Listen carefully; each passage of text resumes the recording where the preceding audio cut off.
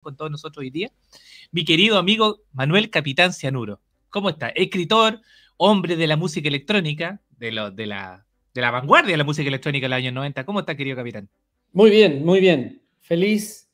Mira, yo tengo acá, si se nota, no sé si se nota, A ver, voy a agrandar la pantalla. Veamos. el, el Perfecto. perro, el perro matapacos. Hoy día, va a ser el 2017, este símbolo de las protestas del 2011, 2012, 2013, murió. Y se transformó en el ícono también en el 2019 de la gran revuelta social. Así es. Algunos coléricos o parte del circo de la política, como José Miguel Insulza, por ejemplo, entre otros, dijeron, demonizaron el pobre perro matapaco, porque cómo era posible este símbolo. Bueno, yo lo reivindico siempre, siempre lo reivindico, porque es un perro, y los perros no matan pacos. Los pacos mandan personas, muchas veces. Por lo tanto, reivindico el perro matapacos, que nos recuerda muchos momentos, y hay que entender, no se pueden deshacer del perro matapaco porque dice la historia que el perro por lo menos dejó 32 perritos en 6 perras. ¡Ah, miércale! Ah, era productivo el hombre. ¿Ah? Era productivo el perrito. Era Entonces, productivo. no se van a deshacer muy fácil de la figura del perro matapaco mientras hagamos algunos que lo reivindiquemos. Y no tengo ningún problema porque dicen, no, octubrista, la cuestión. Sí, soy octubrista, no tengo ningún problema, pero no como octubrista que me voy a ir a, y eso lo podemos conversar más adelante, no me voy a estos fanáticos del niño maltratado de Kaiser y me convierto en candidato de él. No, yo ahí no entro. Claro. Eso quería decir. ¡Pum! De una. ¿Cómo estás, querido? Oye, bueno, no podemos no dejar de aprovecharte que tú estás acá y con todo tu conocimiento internacional, dando tu opinión acerca de la probable o casi inminente invasión de los Estados Unidos a Venezuela, y todos sabemos que está detrás, que es el petróleo finalmente, ¿no? La verdadera razón. Esa cosa que nos metieron en la cabeza de chico, de Rambo. Yo crecí en los 90 viendo a Rambo, que son muy buenas películas, todo esto, pero esa cosa de que ellos son los salvadores del planeta, ¿de dónde, viejo? Mira, el nuevo juego del proyecto militar estadounidense obviamente va a involucrar países que de repente los mantienen con ciertas sanciones, que de repente lo consideran un dictador, pero si le entregan petróleo pasa a ser un presidente. Depende el momento y la mirada de Washington, y cuando Washington necesita tener cierto tipo de distracciones frente a la gran protesta que se le está generando día tras día a nivel mundial por la invasión a Gaza, la muerte de los gazatíes en manos del ejército israelí, pero respaldado concretamente por Donald Trump y su terrorista gobierno que dirige desde Washington. Es evidente que va a levantar cierto tipo de cosas como esto que dice que el gobierno de Nicolás Maduro despliega militares y la zona del Caribe se va a transformar en un lugar como un polvorín, porque ellos, como son tan buenos, van a combatir el narcotráfico, que este gobierno narco está generando secuelas en la región y que ya es bueno ponerle coto. Sabiendo que, como lo dice Claudia Sheinbaum, presidenta de México, los grandes carteles no solamente se dan en México, sino también deben haber muchos buenos y grandes carteles que viven y conviven en Estados Unidos por muchos años, porque la droga que se traslada, ya sea por vía terrestre, aérea, por donde sea, llega a Estados Unidos, allá no cae del cielo y los grandes consumidores de diferentes tipos de sustancias la reciben por un maná de los dioses. Por lo tanto, hay alguien que la distribuye, pero también hay carteles interesados en que eso se distribuya. En el 2022, la administración Biden otorga licencia a Chevron para reactivar operaciones en Venezuela. Me voy un poquito para atrás, porque en el fondo hay que ver que esta cosa no es solamente de Donald Trump. Pero en algún momento de embestida militar se encuentran con que no tienen algún recurso que es muy importante, que es el petróleo.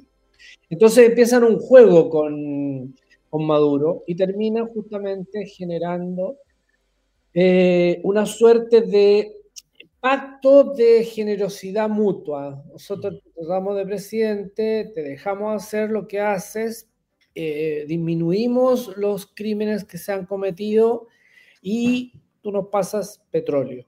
Pero hoy día Donald Trump va más allá y dice que va a invadir si es necesario, pero sabemos todos que va por un botín, que es el botín del petróleo, que es el botín del oro, y que le interesa muy poco si está Maduro, si es un gobierno dictatorial, si es una manjambra de cosas raras. Por lo tanto, creo que por ahí hay un tema que no deja de ser preocupante porque, si bien es cierto, Estados Unidos siempre se mete en las fronteras y cruza la frontera de los vecinos, ellos ponen restricciones para que a su territorio no entre nadie, porque a su territorio los vecinos no sean bienvenidos. Entonces hay un tema ahí que uno tiene que analizarlo desde varias lógicas y entender.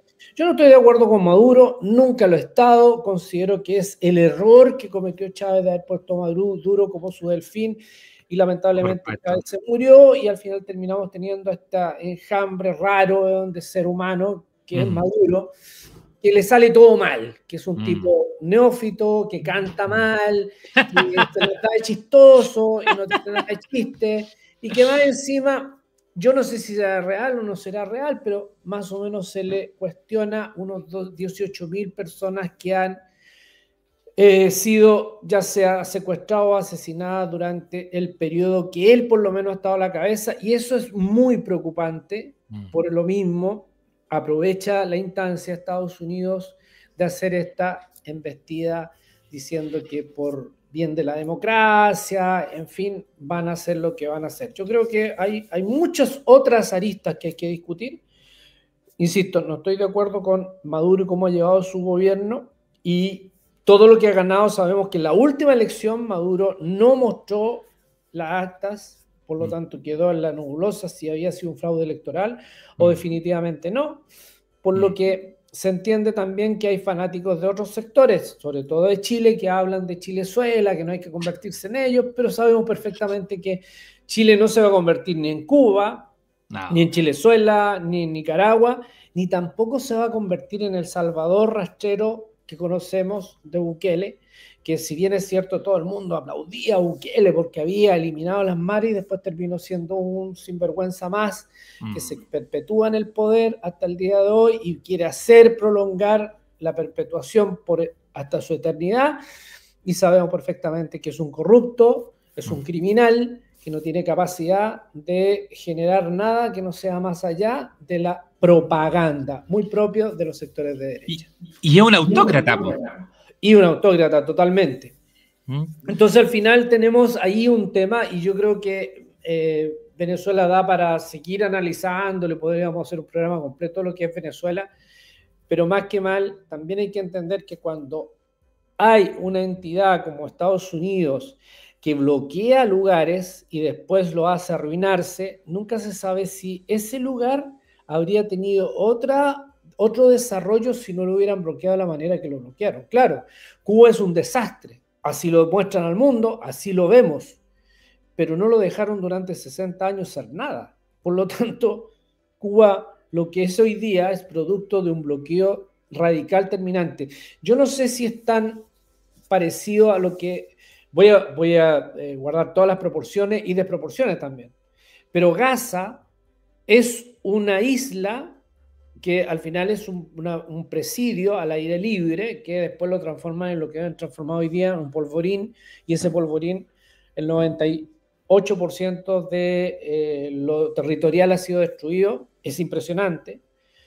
Yo no creo, estoy convencido que hay mucho más de unos 600.000 muertos y mucho más, y quieren hacer que los gazatíes terminen absolutamente exterminados de todo lo que es el territorio de Gaza. Hoy día están en Cisjordania haciendo lo mismo que hicieron en Gaza, están desatados. ¿Pero por qué hago la comparación con Cuba? Porque Cuba también es una prisión al aire libre si lo vemos de cierta medida.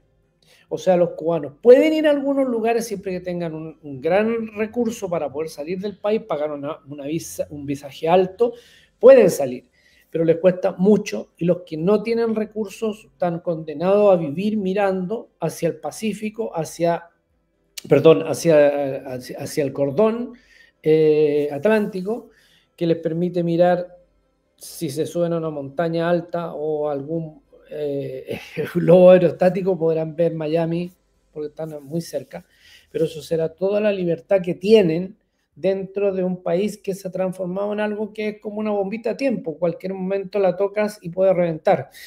Lamentablemente eso es lo que hace Estados Unidos y muchas veces uno termina diciendo, oh, los cubanos son aquí, allá y acá, las revoluciones no funcionan y bla, bla, bla, bla. Sí, puede ser que las revoluciones estén gastadas, que la revolución cubana se gastó y muchos viven en la nostalgia y tienen un bloqueo también personal que no les permite mirar más allá, no son revolucionarios hoy día, porque si fueran revolucionarios habrían hecho la revolución de la revolución, pero más allá de aquello, se ha dicho de paso, ellos viven un bloqueo maldito por los Estados Unidos y por cualquier gobierno de los Estados Unidos. Unos más radicales, otros menos radicales, pero son al final los gobiernos que han funcionado a ciertos grupos de poder y mantienen este pseudo, ¿cómo le llamaríamos? Museo del comunismo al aire libre para que algún turista que quiera ir a hacer un recuerdo de los años 60 pueda irse a instalar a las calles de La Habana destruidas por los ciclones, por las tormentas o los huracanes. En definitiva, eso es lo que hace Estados Unidos con su patio trasero y sus balnearios posteriores. Hay un elemento positivo que es México. De una u otra forma, México, con su presidenta, Sheinbaum, creo que se llama, y bueno, y Lula, que está en el BRICS. O sea, hay una suerte de liberación de Estados Unidos. Cuesta, pero hay algo, ¿no, capitán? El sombrero, porque Lula, me saco el sombrero, porque Lula, querámoslo o no, creo que ha sido, y me van a odiar algunos brasileños que me conocen y que no les gusta Lula, pero creo que ha sido el mejor presidente que ha tenido el Brasil lejos. Un tipo obrero que viene del mundo de la minería y se transforma en lo que se transforma, y es un tipo que obviamente hizo cosas y está haciendo cosas para mejorar una situación que es muy compleja cuando tú tienes una cantidad tan enorme de habitantes en los estados que realmente son absolutamente desbordantes, pero se logra porque hay una política de Estado que no es la que tenía Bolsonaro, que es reducir el Estado a la mínima expresión y más encima generar un caos social con mucha odiosidad y discursos absolutamente xenófobos, radicales, ¿ya? Por lo tanto, creo que él es una persona que uno la puede aplaudir desde donde se instale.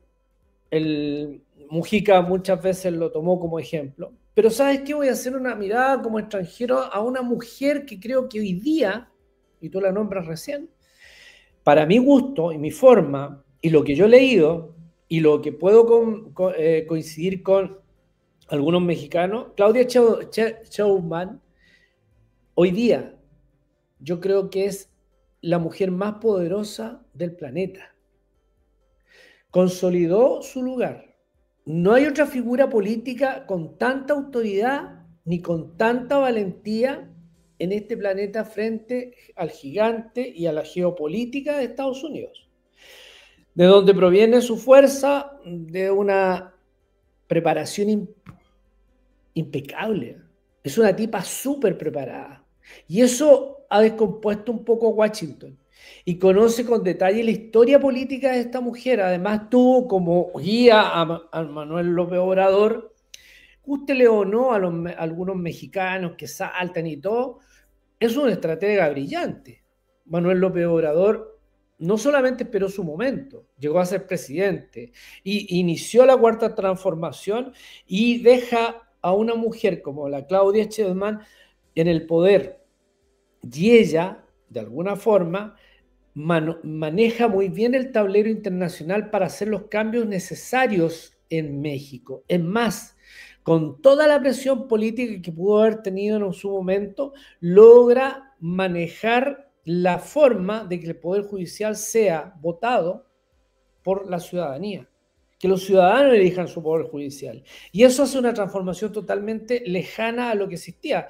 El Poder Judicial estaba absolutamente carcomido y trastocado por los grupos narcos específicamente, donde el juez que decretaba algún arresto, alguna persecución, probablemente lo desaparecían o lo mataban, pero también recibía muchas coimas.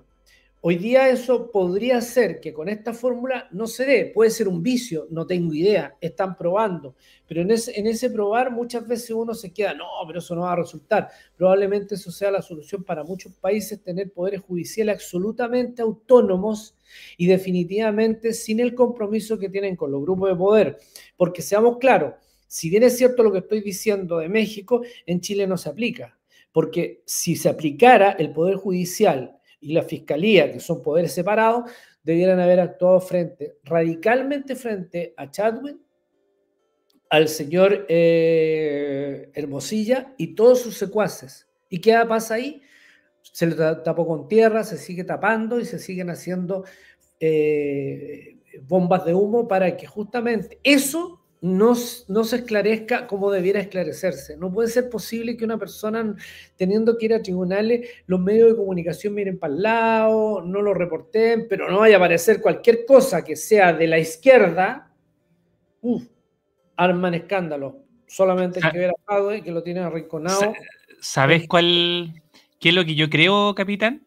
Que Chadwick es la representación misma del sistema del pinochetismo y es tan poderoso realmente, mucho más poderoso quizás que el mismo Castro Kaiser, y por eso lo defienden tanto. No me explico otra razón. O sea, está nomás poderoso. Claramente que es mucho más poderoso que Kaiser para mí es una sandía. Se revienta en el piso, weón, y queda toda repartida. Pero no es nadie. A ver, yo lo pongo en la medida de lo que es. Kass es un tipo peligroso. Estamos de acuerdo y podemos hacer un análisis más adelante.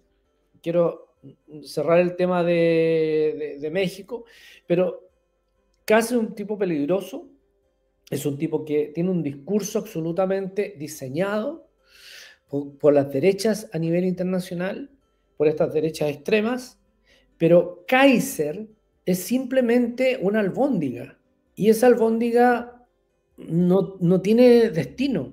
Llegó a ser diputado porque se fue por un distrito donde todos son fachos, son momios, era su distrito, pero yo no sé si va a repetir. Ese es el tema, porque de repente también se empieza a dar cuenta los mismos de ellos que tienen gente grasa que hay que sacarlas del Parlamento y reemplazarlas por otro. Y este personaje hoy día que va a la candidatura a la presidencia de la República, obviamente va a perder el cupo porque ya no va a poder presentarse a diputado. Y eso lo tenemos claro, por lo tanto lo vamos a tener ahí en afrecho un tiempo porque su carrera es como la del Meo, son bastante testimoniales, pero no van mucho más allá. Mira, antes de pasar a lo mejor a la contingencia nacional, quiero hablar de algo que me preocupa, justamente tomando a Kass, lo que son los candidatos que de repente terminan siendo presidentes, como Noboa. Uno mira el Ecuador como un país chiquitito que, bueno, está ahí, la nebulosa, se convirtió en un narcoestado. La violencia los traspasó por todos lados, hay mucho crimen organizado, hay mucha inseguridad, un país que se dolarizó mucho antes de Correa, y hoy día Noboa logra ser nuevamente presidente del Ecuador y hace una demolición del Estado en todo su ámbito social. Mientras Venezuela se militariza, Ecuador atraviesa un proceso de montaje institucional. En julio del 2025, o sea, hace exactamente un mes atrás, el presidente Daniel Noboa firmó un decreto ejecutivo que reduce 20 a 14 ministerios y de 9 a 3 subsecretarías ejecutivas. Eso significa que 5.000 funcionarios en un país pequeño, ojo, salen del aparato del Estado y quedan cesantes. La medida fue presentada como un plan de ajuste administrativo para reducir el gasto estatal en plena crisis fiscal. Así lo llamó. Y el ajuste no solo es técnico, sino es un ajuste profundamente político. El Ministerio de la Mujer y Derechos Humanos fueron absorbidos por el gobierno. Por lo tanto, chao, Ministerio de Mujer, Ministerio de Derechos Humanos. El Ministerio de Cultura y Patrimonio pasó a depender del Ministerio de Educación, o sea, fusionaron. Y el Ministerio de Desarrollo Urbano, Vivienda, se fusiona con Transporte y Obras Públicas y se crea un solo. Parecido a lo que pasó en Argentina. Entonces, en la palabra simple, se desmantela la institución encargada de las políticas de igualdad de género, de cultura, de vivienda, desarrollo social. O sea, hay que arrinconar a esta población de mierda que siempre anda molestando y pidiendo cosas y dejarlo ahí a la suerte de la olla. Los criterios sostienen que Noboa no es adelgazador del Estado, sino es un mutilador de este Estado. Y justamente es un país que está siendo golpeado por una violencia extrema. La migración masiva y la precariedad económica están haciendo que ese país sucumba. Esto le gusta a Estados Unidos. O sea, vimos un secuestro en Ecuador, así en vivo y en directo, me acuerdo, hace poco. Sí. Entonces, ahí tú tienes lo que le gusta a Estados Unidos. Un Noboa servil, un joven renovado que parece que usa la receta neoliberal clásica. Recortar, fusionar y despedir. Así funciona este sistema. ¿Por qué lo traigo a colación? Porque esa es la plantilla que tiene el nefasto Kast y que podría perfectamente generar en Chile si llegase a ser presidente, porque estoy seguro, pero seguro, y voy a hacer un paréntesis, que este personaje, Kast, probablemente termine sacando hasta la estatua de Salvador Allende de la moneda. Y eso es bien vergonzoso, porque mira, la alcaldesa de San Miguel, la Carol Bowman, decide borrar la avenida Salvador Allende, que llevó su nombre, y reemplazarla por Salesianos.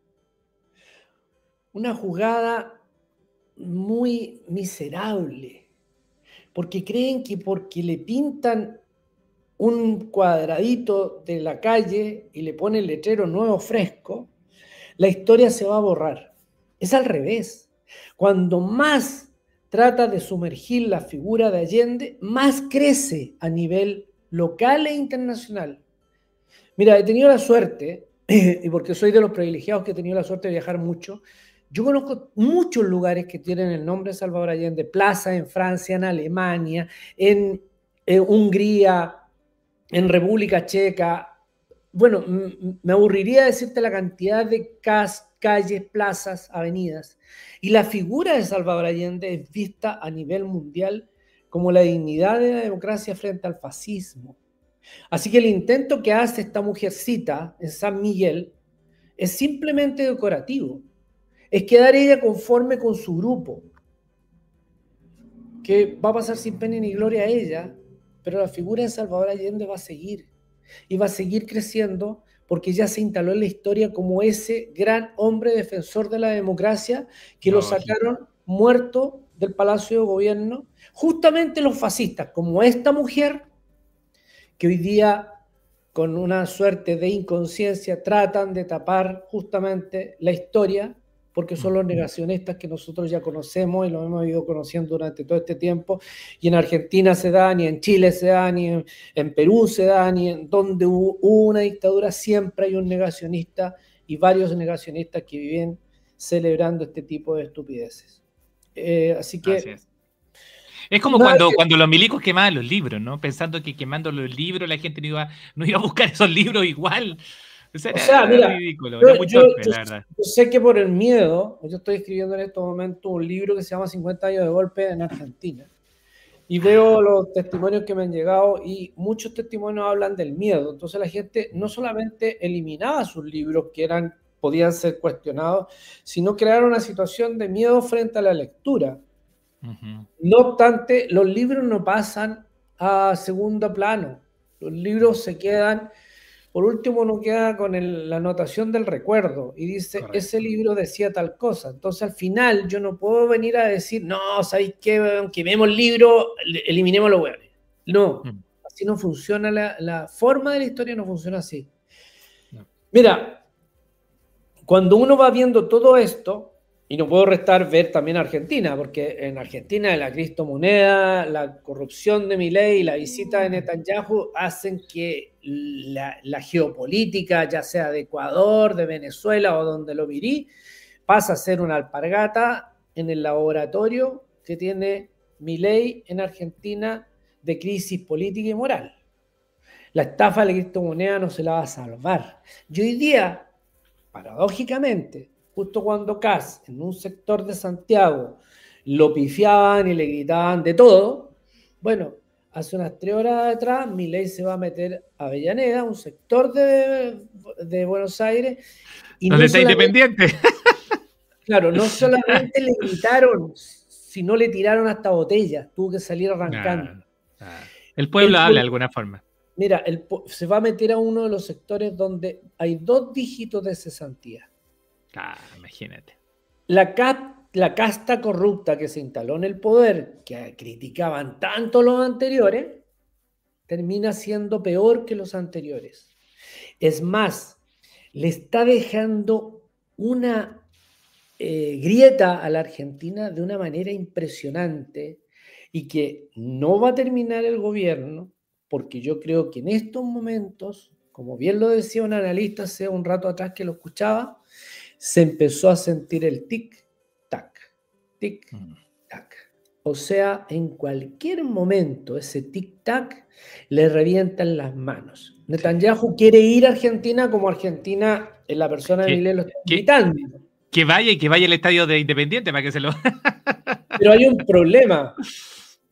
La guerra de Gaza y la visita prevista para para principios de septiembre, está en veremos, porque organizaciones argentinas presentaron justamente un requerimiento a la justicia ante lo que significa la presencia de Netanyahu para ser detenido, pero hay una demanda internacional de captura contra Netanyahu, por lo tanto no creo que Netanyahu se pueda mover del territorio israelí porque lo van a capturar y en ese momento se le va a venir abajo todo el naipe que ha construido, que lo ha construido a punta de muertos y de lo que hemos visto día a día. Las manifestaciones son tan grandes que ya no hay lugar donde este tipo se pueda esconder. Y si se cae Netanyahu, se cae el sistema. Dentro del mismo Israel hay manifestaciones de los mismos israelitas en contra. Tiene que haber algún tipo de oposición, ¿no? Entonces ya llega un momento en que todo se le está carcomiendo. Y aquí tienen que ir justamente a la justicia y tener las penas máximas que se les pueda dar a gente como Netanyahu, pero todo su gabinete. No. Las atrocidades que dicen, las cosas que generan. Lo que han hecho. Y los generales y todos estos milicos de mierda que de repente se sienten con una metralleta súper valientes, pero cuando los llevan al tribunal se cagan. Bueno, esos hay que llevarlos a los tribunales. Correcto. Por eso creo que aquí hay una cosa que está sucediendo que es bien rara, porque el mundo está en un momento muy convulso. Tenemos muchas tensiones de todas partes. No sé si esto va a terminar en una suerte de tranquilidad un poco del río, bien turbio por lo demás, o capaz que signifique que sea justamente los zapatazos que da el neoliberalismo cayendo en picada libre. ¿Por qué? Porque cuando algo está por morir, siempre da zapatazos y reparte para todos lados. Y puede ser este el momento. Ojalá sea. Así es.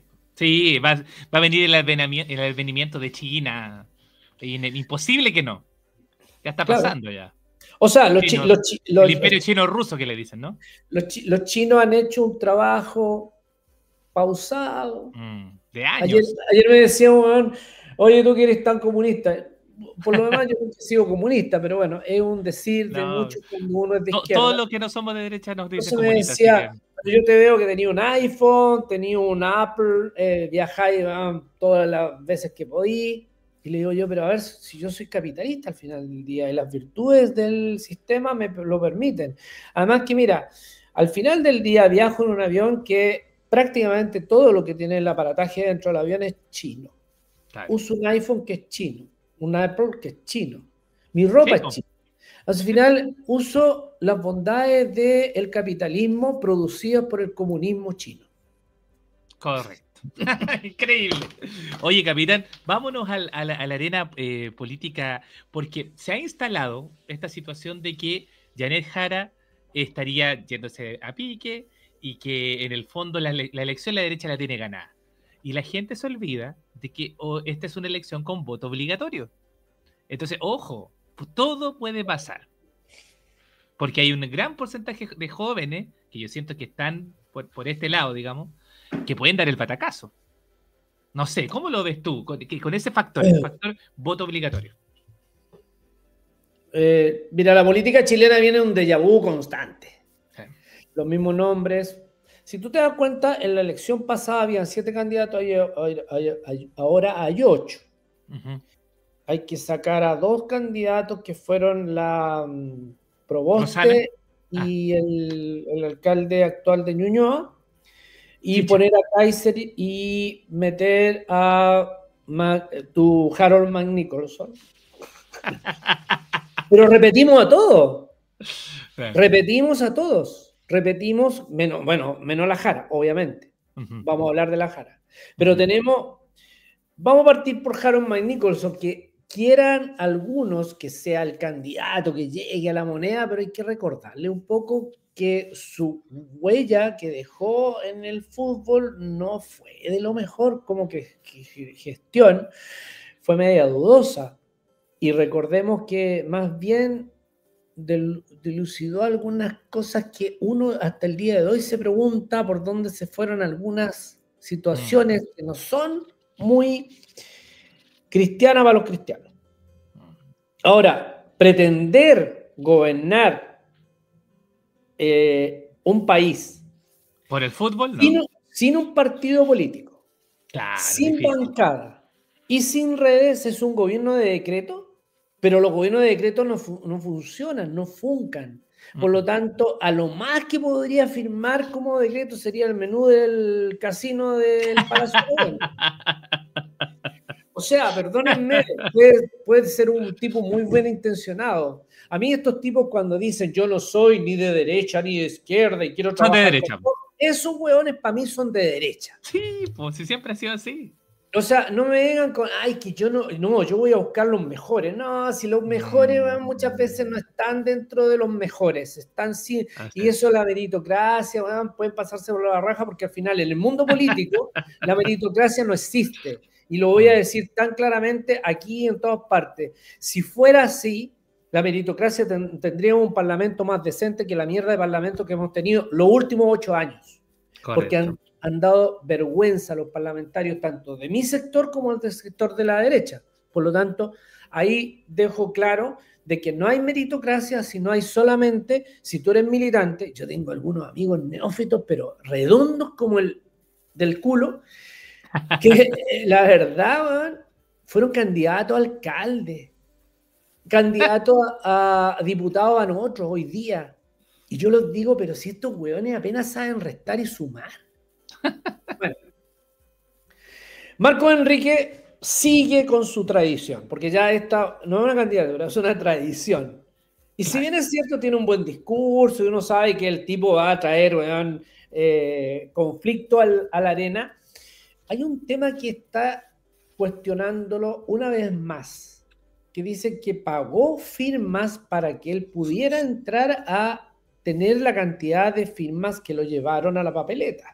Durísimo. Y hay gente que ha hecho declaraciones, mira, tendría que buscar, pero el otro día veo a un chico que habla y dice, yo fui uno de los que estuve generando este tipo de cosas y hicimos una investigación exhaustiva y cuenta de que aquí hubieron remuneraciones puestas para que algunas personas pudieran captar adherentes y otras se les pudiera pagar para que firmaran. Pero bueno, está en la papeleta hoy día y es un candidato eterno, como digo yo, pero él mismo dijo que él no era tan eterno como la Evelyn Matei, que sea de paso. Sí es eterna la Evelyn Matei porque hay que hacer recuerdos de qué tiempo, acuérdense el Quiotazo. La patrulla juvenil. La patrulla juvenil, por lo tanto. Año 93. Sí, pues hay que recordar que la Evelyn Matei viene funcionando en el Estado, estos que no quieren tanto Estado, pero han sido chupatetas del Estado como loco, y generan justamente un liderazgo que se le cae en la encuesta y termina yéndose propiamente a lo que se llamaría el hoyo. Primero, sus declaraciones en radio justifican los asesinatos del 73. O sea, eso nunca debió decirlo, aunque lo piensa. Y lo trata de arreglar y se disculpa.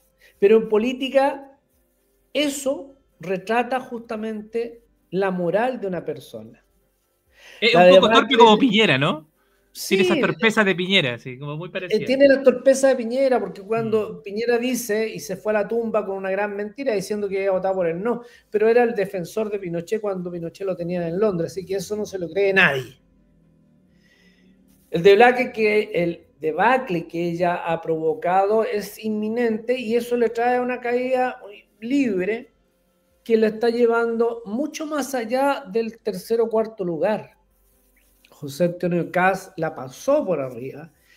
Y si bien es cierto, el nostálgico del orden perdido, que, insisto, a fuerza de odio construye su futuro, heredero de una tradición familiar no muy deseable, recordemos que es hijo de un miembro del mundo hitleriano, y que aunque él diga que no, hay montones de evidencias que dicen que sí.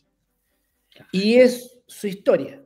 Y él se debe a una historia. Y sabemos perfectamente que él decía en unas campañas atrás, porque también es otro candidato que se la sigue repitiendo, decía que Pinochet habría votado por él, si fuera candidato y estuviera vivo. Por lo tanto, ahí queda absolutamente claro que él no tiene ningún problema y por eso tiene al gordo de Kaiser. El niño maltratado. El niño maltratado lo tiene justamente haciéndole el negocio sucio para que él parezca que es mucho más respetuoso. Pero la gente alcanza a notar eso. ¿Lo alcanza a notar o no? La gente. Yo creo que hay gente que nunca va a notar eso y va a ser idiota siempre, y en buena onda se los digo, pero hay gente que no se da el tiempo ni la precisión de indagar un poco más. Porque ahí tenemos a gente que vota por Chile Fuimos, entendiendo que atraviesa un momento bastante conflictivo hoy día. Cuando la Evelyn Matei se desinfla, hay un bloque que le ayuda a liderar, pero aparece de repente un José García Rubinó diciendo que la dictadura no era dictadura, sino un gobierno militar hoy día, cuando se supone que ya teníamos como asumido una suerte de acuerdo social de que había sido una dictadura, pero vuelven a generar aquello y a advertir que había una guerra civil y que Pinochet nos vino a salvar. Pinochet no vino a hacer nada. Si Pinochet es el títere de los yanquis que vino a instalar una dictadura con la venia y el beneplácito de Estados Unidos y la CIA. Correcto.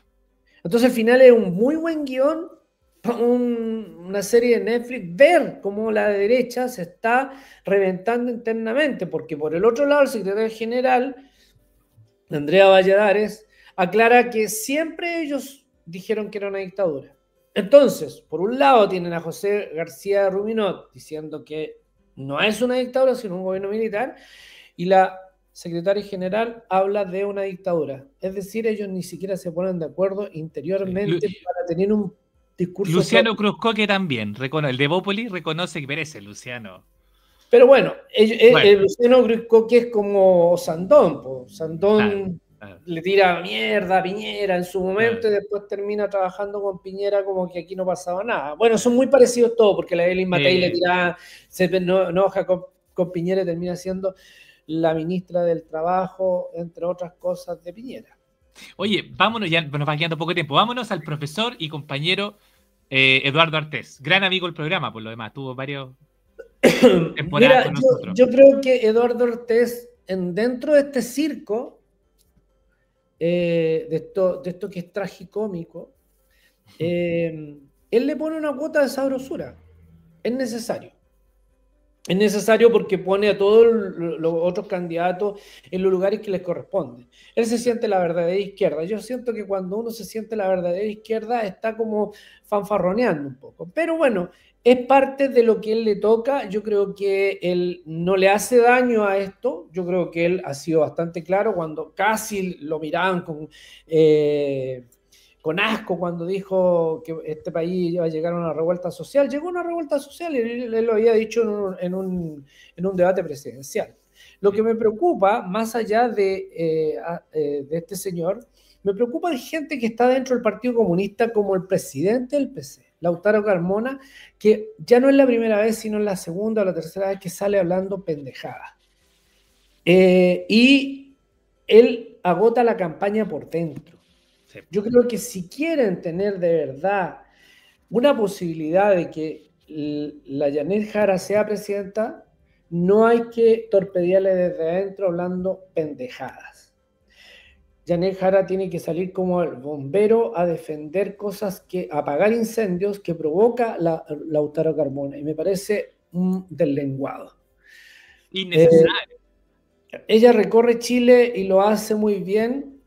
Se enfrenta a la gente, conversa con la gente, pero nos encontramos con que justamente cada ciertos días, y ese es el problema de todos los candidatos que tienen alianzas de partido. Yo no estoy hablando solamente de la Jara, porque el Carmona sería versus algún deschavetado de la derecha como José García Ruminot, como a lo mejor algún deschavetado que tienen los republicanos, que no les falta porque tienen un montón. Entonces al final eso Es su especialidad. eso es lo que corren los riesgos, ¿no? Pero cuando entramos en la carrera ya política hay que ver también quiénes van a ser los candidatos, y yo creo que esa es la tarea para la casa, para la próxima vez que nos encontremos, ver los candidatos regionales y locales de diputados y senadores, porque ahí hay algunos Dios mío. que no sé. Oh. Ahora, lo importante, Harold, que tú entraste, yo te dije un día en otro programa que tú ibas a ser candidato a la presidencia de la República y lo eres. A través de Mike Nichols. Claro. Oye, ¿qué me dices de Franco Parisi? Que para mi gusto es el candidato de los desclasados. El candidato de los arribistas, de esos que sueñan con la meritocracia, que quieren ser ricos, pero nunca lo van a hacer. No sé, ¿ese o no? ¿Es el perfil del votante Parisi? Chucha, el votante Parisi, weón, a mí me suena como un tipo, weón, que compró ropa americana, Sí. que se lustra los zapatos con el señor de la esquina, Sí. y no se pone desodorante. Oh, maravilloso. Entonces yo creo que eso lo define como ese personaje que es como arribista. Sí. No sé si tú tuviste algún tío que entraba a la casa, dejaba pasado ala, weón, por todas partes, pero era momio. Ese es el parecer mío, es un momio. No es un facho, es un momio. No, es un momio. Clásico. Es un momio que fanfarronea, weón, y habla de que hay que enchular a la mina, weón. O sea, cree que es chistoso con el Voy a hacer cuatro corredores bioceánicos. ¿4 corredores? Claro, Le preguntaron cuánto sale eso. Dijo, no lo sé. Bueno, es que él no tiene noción de nada, porque en el fondo estos que son economistas, que se van al extranjero y se hacen de economistas y fanfarronean, al final del día no tienen ni idea de nada. No. porque en el fondo no han sido buenos en su mundo profesional. O sea, lo digo en serio, hay gente que estudia, que genera un título, pero no significa que el título lo haga profesional. Yo tengo amigos que estudiaron Derecho y tuvieron que contratar a un abogado para salir de la carrera. Y tengo otros amigos, a ver si me estuviera escuchando, que conozco hasta el profesor que le pasó el examen con todas las preguntas para que hiciera el examen de grado. Y llegó a ser No. diputado de la República. ¡Ah! Del partido de la flecha para arriba. No, ya, pues. Ya, pues, ya empezó. Empezó. Pero ¿sabéis qué? De la Yo creo falange, que, me yo tinca, no creo sé que por qué. eso, yo creo que eso hace entretenido la vida. Claro. Porque te puedo decir una cosa, estuve 10 años en el Congreso. Trabajé en el Congreso como tú estás hoy día, ¿ya? Sí. Yo me aburrí de llevar maletines de hueones. Nunca más. El 2000 me fui del Congreso. O sea, yo estuve del 90 hasta el 2000. O sea, todavía había algo que uno podía decir si hay parlamentarios, ya sea de derecha como de centro izquierda, porque la izquierda como que estaba media limitada. Acuérdate que Sí, el no, Partido estaba Comunista afuera. entró bastante después en la arena política. Después del 99, justamente. Justamente. Pero lo que te quiero decir con esto es que conocí gente que de repente era estudioso en su ámbito. Más allá que estuviéramos o no estuviéramos de acuerdo, proponían cosas. Sí. Pero hoy día cuando tú ves a gente como Las Flores, que es una neófita, como... Y esa va por acá, viejo. Oh. Claro, como la mujer esta que va a tejer, que es la Cordero, que es la doctora. No es doctora esa vieja, weón. Es una pobre mujer, weón, que le falta no solamente corazón. Yo creo que ella, si psiquiátricamente la estudiara alguien, ella es muy parecida a Milei. Por eso digo harto. Mira. La enferma de la Pamela Giles, que nunca estaría con Parisi, terminó siendo parte de Parisi y te dice que ella no está de acuerdo que vayan los parientes, pero mete al ranking que tiene. Ella es una decepción muy grande, ¿no? Política, muy grande.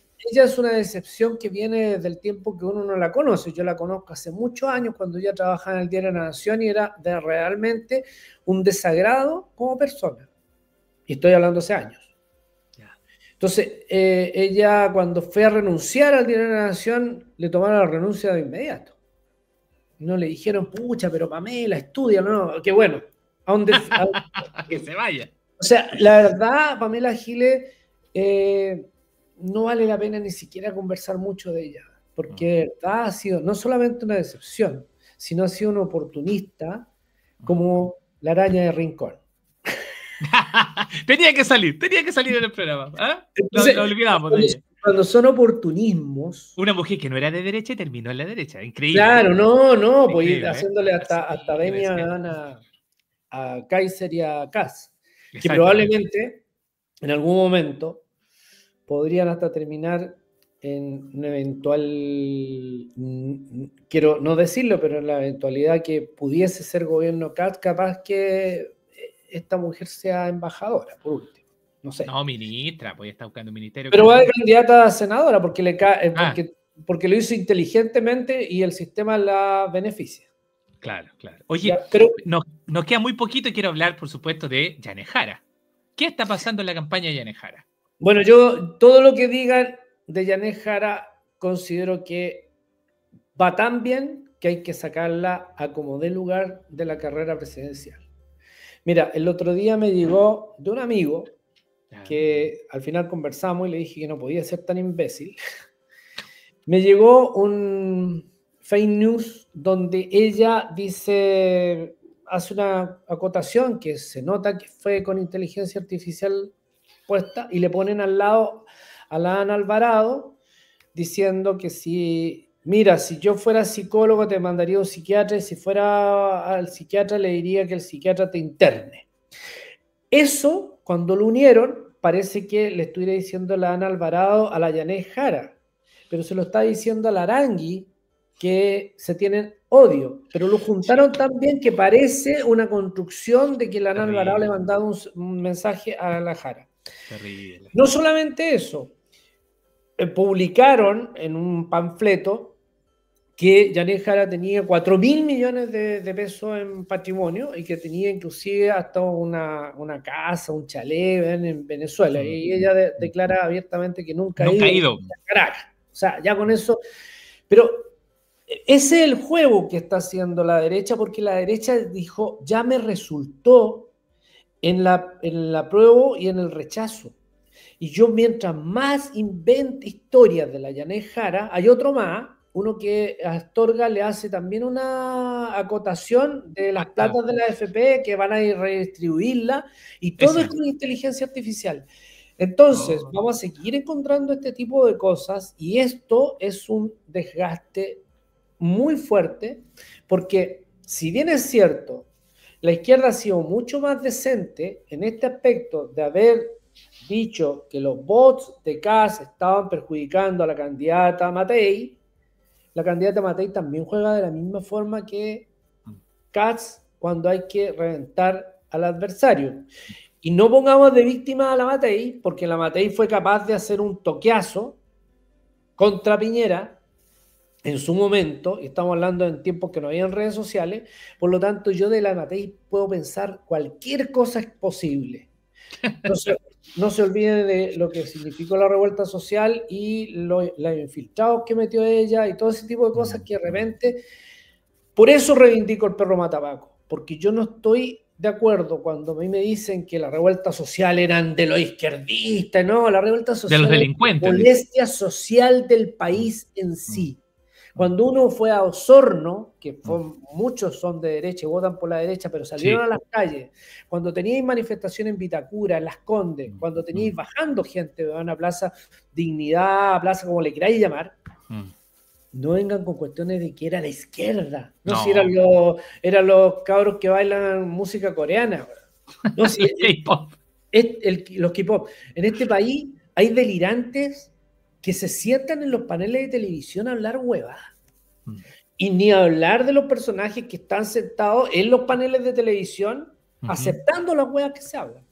Y haciéndole, aplaudiendo y dando opiniones y sintiéndose como un meme. Como un meme. Entonces, al final tenemos todo este tipo de cosas que son entretenidas, que hacen entretenida el momento histórico que estamos viviendo, pero la verdad, detrás de esto hay que tener cuidado. Yanez Jara es muy buena candidata. Hoy día me lo decía una chica de Pichilemu. Me decía, mira, entre todos los babosos que se presentan, creo que la mujer más sensata que tenemos en estos momentos es la Yanez Jara. Pero la derecha está empeñada en hacer lo que sea posible, y por eso es bueno pararle los carros al hueón que es presidente del partido que ella salió, que no se ponga a hablar pendejadas.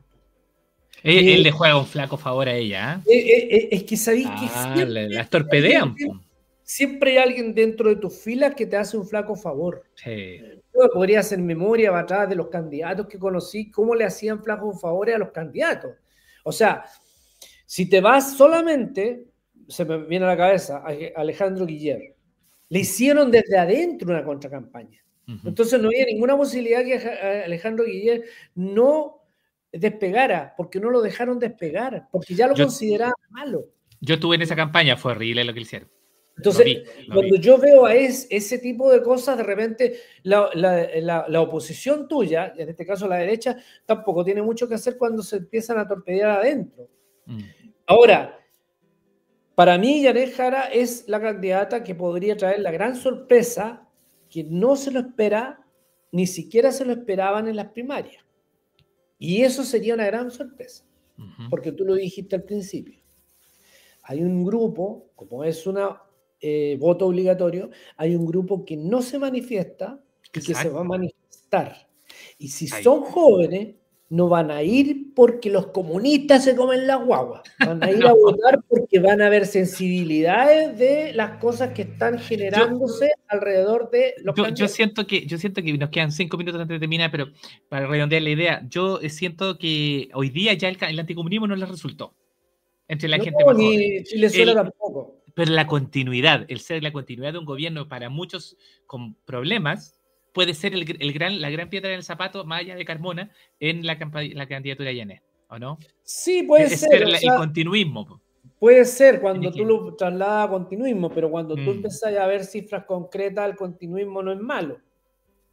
O sea, porque yo veo cifras concretas, pero lamentablemente soy yo el que veo cifras concretas. El gran grueso de la gente dice, o un grueso de la población dice, no, Chile se caga a pedazos, no, esta weá es insostenible. mm. O sea, cuando tú empiezas a ver que los índices, weón, se mantienen bien, que las importaciones están entrando, que está por firmarse un tratado de libre comercio con los países árabes, que hay un tratado de libre comercio con China, con Rusia, que Estados Unidos no nos puso los aranceles que les puso a los demás por el cobre, porque no puede.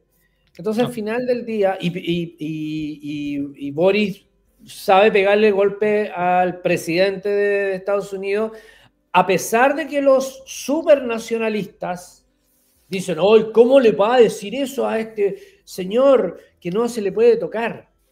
Ese señor tan ordinario, que es el presidente de los Estados Unidos, que dice que hacen fila para lamerle el culo. Ese es el presidente de los Estados Unidos. Es tan rasca y ordinario que es capaz de decir eso en una conferencia de prensa. Sí. Ese es el presidente de los Estados Unidos.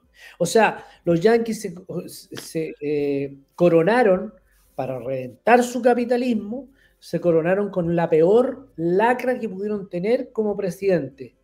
Ni siquiera los... Este gallo es como la caracterización misma del fascismo, así como personaje de cómico, ¿no? Es un cómic. Es peor que todos los demás. Sí, Estoy pensando en Nixon, estoy pensando en el mismo, el primer ministro del Kissinger, ¿no es cierto? Que en el fondo que mandaba. Estoy pensando en Harry Truman, en todos los asesinos. No, sí, o sea, esto es como la esencia de la decadencia del imperio americano. Correcto. Entonces, al final, la decadencia se está viendo manifestada en este personaje que es lo que los representa bien a ellos. Comer caca, McDonald's, tomar mierda, Coca-Cola. O sea, es eso. Y estoy seguro que el weón come McDonald's y toma Coca-Cola. Porque él representa aquello, lo peor. Y en eso se van generando gente que uno, y con esto termino, gente que uno de repente debiera tener como la precaución de darse cuenta que hay detrás de toda esta cuestión, porque si uno no se da cuenta, estamos jodidos, porque mira, cuando yo empiezo a mirar todas aquellas cosas que están sucediendo, hay que ver quiénes están detrás, por ejemplo, de Cass, y era lo que decíamos, Cass pertenece a un grupo que viene generándose en el mundo. O sea, Noboa no nombré, Milei, Bolsonaro, Orvar en Hungría, Orban en Hungría, la Meloni en Italia. Todos estos han tenido el mismo discurso, el discurso antimigratorio, el discurso de la delincuencia descontrolada, homofóbico, transfóbico, todo lo fóbico. antiétnico. Entonces al final tú empiezas a decir que es una plantilla. Sí, pues es una plantilla. Es una plantilla que hay que generarla de nación en nación. Así es. Y llegar al punto de que convenzamos a los que no leen, y que son muchos, y a los ilusos, para que terminen votando y diciendo, ¿por qué terminé votando por mi, ¿cuánto se llama? Mi carcelario. Exacto. Termino con esto. Yo creo que una buena señal sería, esto va mucho más allá de lo que pienso, cuando los países se levantan porque hastían quienes están en el gobierno, creo que llega el momento que la Argentina eche a funcionar su reloj y le pegue una buena patada en la raja y lo meta a un psiquiátrico a Milei. El tic-tac me parece que está funcionando en Argentina y espero que funcione. www.librosdecapitancianuro.cl por si a usted le interesó el pensamiento de Manuel Capitán Cianuro, por supuesto, gran amigo de la casa. Capitán, ¿ya te vas? ¿Cuándo te vas? ¿Cuándo vuelves? Yo estoy veremos de varias cosas, así que voy a estar en unos días de septiembre acá, por lo menos septiembre sí. octubre Perfecto. ahí voy a partir, en noviembre también me voy, pero Ya. Acuérdese, el 15 de septiembre está de cumpleaños su servidor, pues. yo voy y vuelvo. Sí, en septiembre está de cumpleaños, que está por ahí con el 15, creo. Así es, el Día de la Independencia Mexicana. Sí, pues viste, yo no voy a estar en México este año, pero voy a estar en México a final de año. Maravilloso. Yo siempre estoy en México para Un país, gran país. las segundas fiestas patrias que tiene México. México tiene una fiesta patria que es la independencia y después tiene la fiesta de la revolución. Ah, de Zapata, de Emiliano Zapata. Claro, po, y resulta que yo Correcto. decía, ¿por qué se hacen tantas fiestas en México en noviembre? Porque ellos celebran la revolución. Deben ser Bacán. de los pocos países que aceptan en su conjunto la revolución. Qué loco en México. Incluyendo la derecha. Incluyendo la derecha. Mira, Sí, es una cosa que trasciende y, maravilloso. y celebran, Sí. celebran una revolución. Siempre he pensado que tenemos que aprender mucho a los mexicanos. Además que los mexicanos nos quieren mucho a nosotros y nosotros a ellos. Hay una hermandad Mira, muy grande, ¿no? nosotros tenemos muchas cosas que le debemos a los mexicanos, sobre todo la buena recepción que tuvieron de muchos chilenos que tuvieron que salir exiliados y Ah, terminaron claro en que sí. México, como la familia de Allende. Sí, Pero claro. también hay que recordar que una gran mujer literata, la primera premio Nobel chilena, le hace las bases educacionales a México, que es Gabriela Mistral. El plan educacional También estuvo mexicano tiene allá. bases